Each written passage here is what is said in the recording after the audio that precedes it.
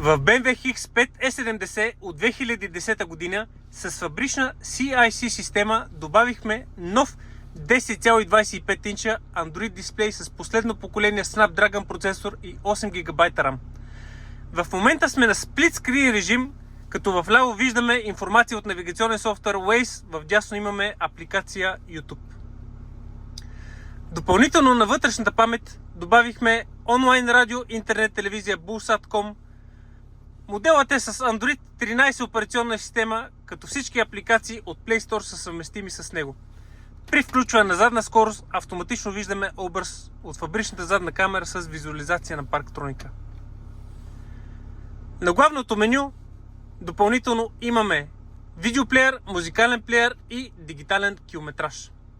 За запитване за вашия автомобил може да се свържете с нас на имейл office@aval-bg.com или да посетите нашия